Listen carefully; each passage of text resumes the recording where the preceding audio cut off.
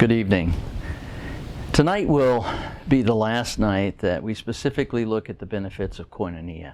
I trust in the last few sessions that you have discovered a little more about yourself and those in your small group. Each one of us has such a unique and interesting and life-giving journey that it's just fun to share with one another.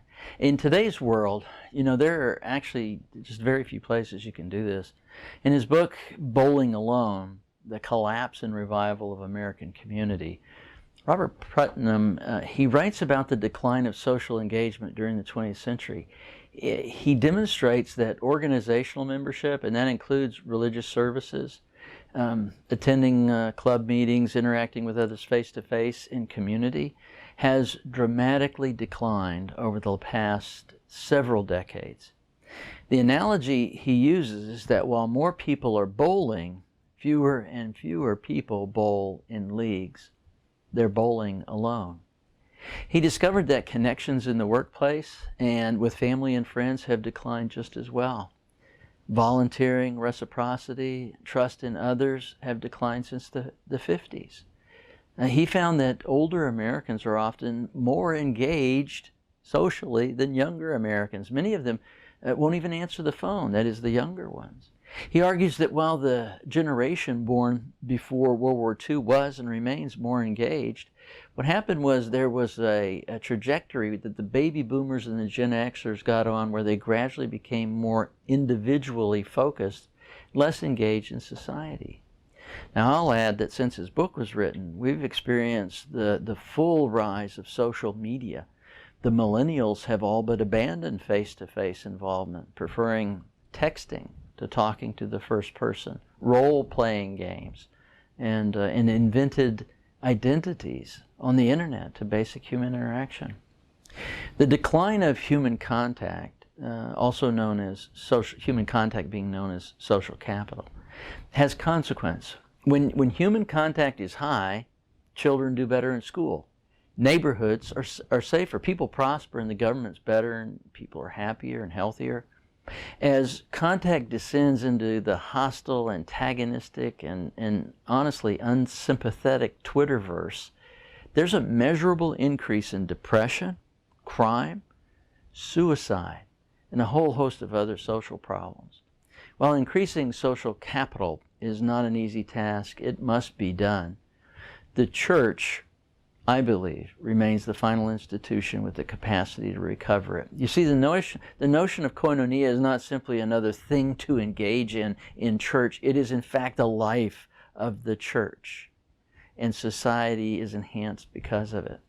So it is tonight that we'll look at the remaining benefits of koinonia. Namely, koinonia reveals gifts and talents.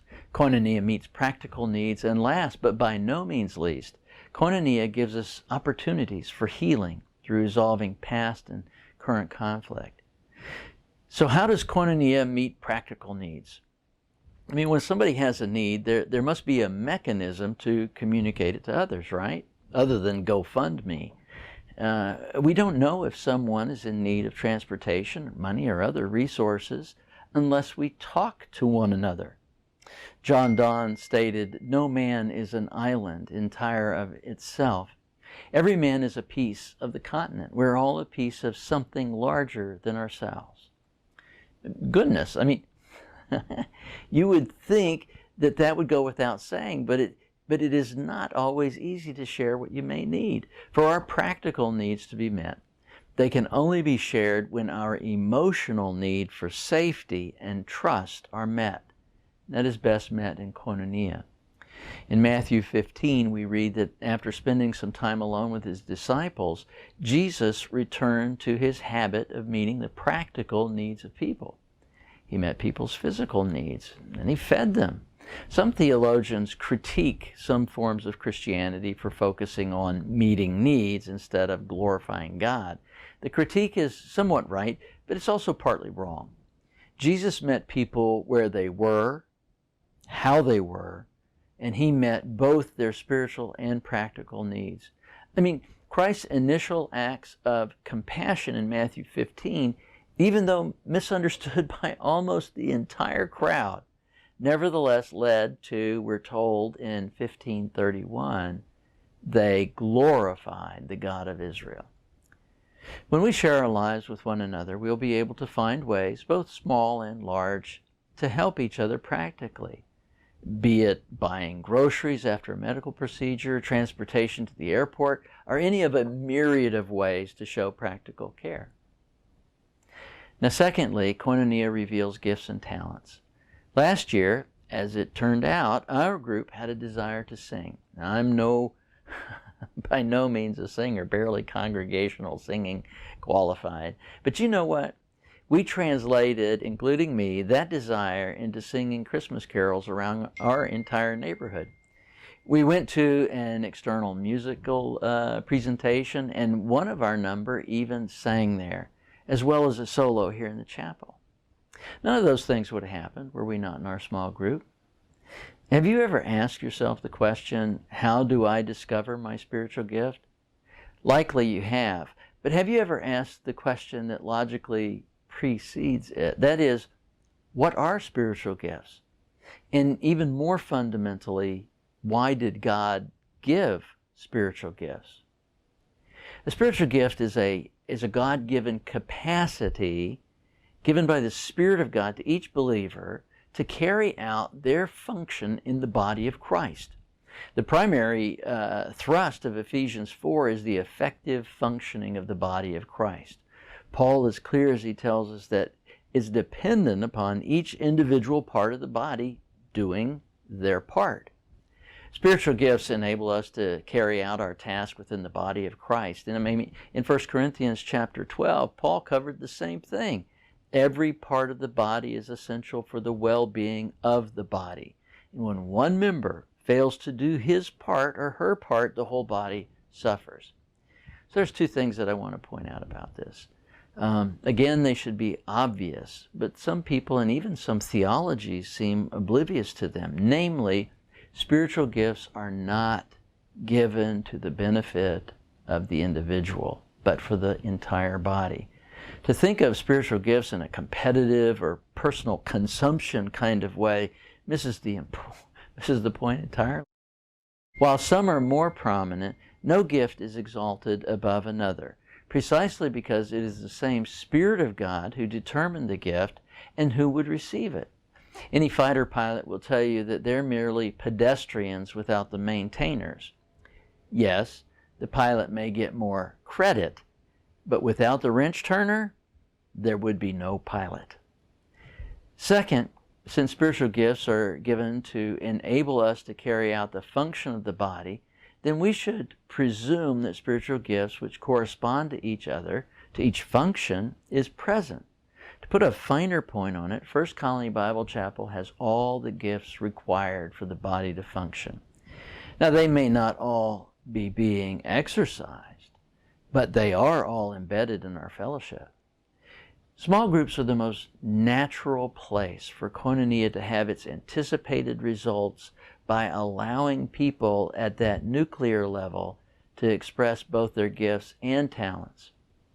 There, I tipped my hand. You may not have heard it, but the small group is in fact the nuclear family as part of the extended family of the body of Christ in the chapel and in the larger community of Christ. In fact, extending to the body universal.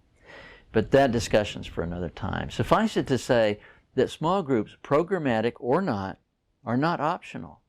They are essential for the proper functioning of the body. Isolation always allows Satan an opportunity. Community, koinonia, is a first-line defense against his stratagems. Finally, koinonia allows for healing through resolving past and current conflict. Let me say this. Conflict is predictable, inevitable, unavoidable, and I can say with prophetic confidence that each one of us has been in and will be in conflict. Howard Hendricks, the prof, known by those who loved him, said this one day in a Christian home course that both Barbara and I were able to attend. It left an indelible mark on me.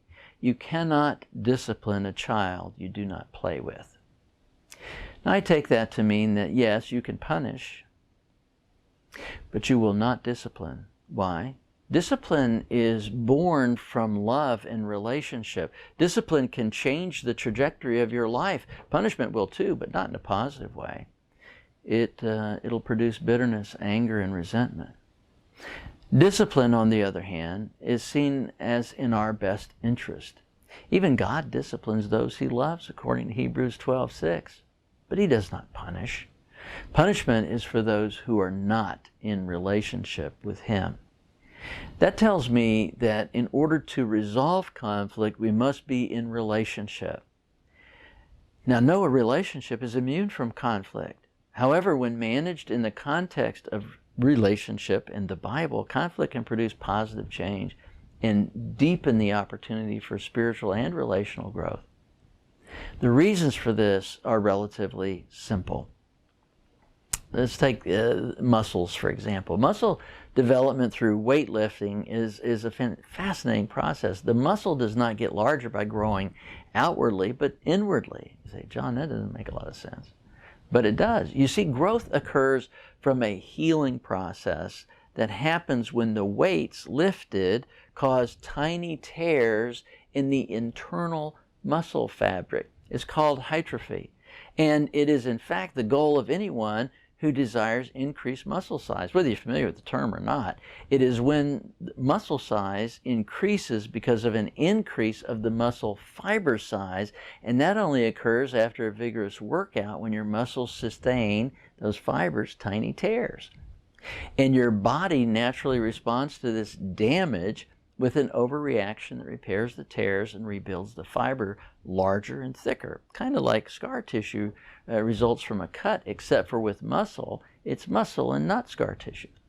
It's the tiny tears that make us stronger. Now, some conflicts produce larger tears. Those tears are much more difficult to heal, but for the body to function properly, they must. Koinonia allows for healing because it allows us to pray for one another at a deeper level than otherwise possible. It allows for us to be understood at a more profound level than previously possible.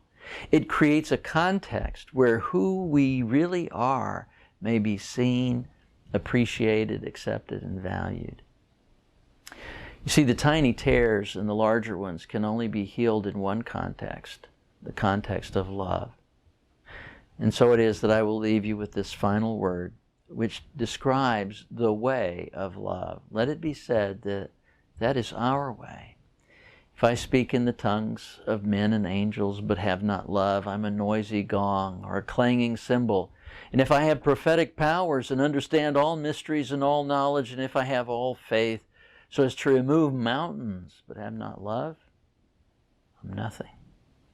If I give away all that I have, if I deliver my body to be burned but have not love, I gain nothing. Love is patient and kind. Love doesn't envy or boast. It is not arrogant or rude. It does not insist on its own way. It's not irritable or resentful. It does not rejoice at wrongdoing, but rejoices in the truth.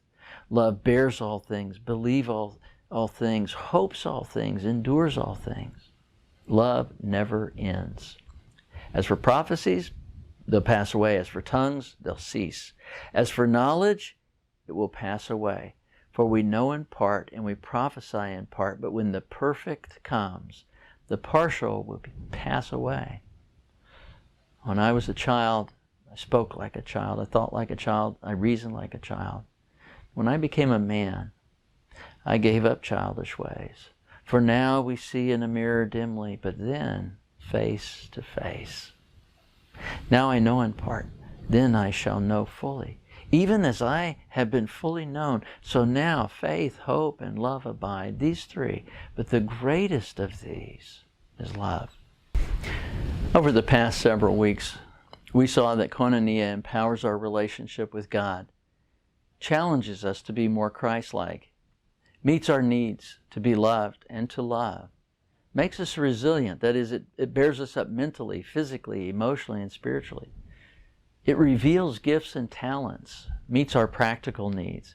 And last, but by no means least, it gives us opportunities for healing through resolving past and present conflict. May God make your small group experience one that you will value because you have experienced loving God and loving your neighbor. Thank you, and God bless.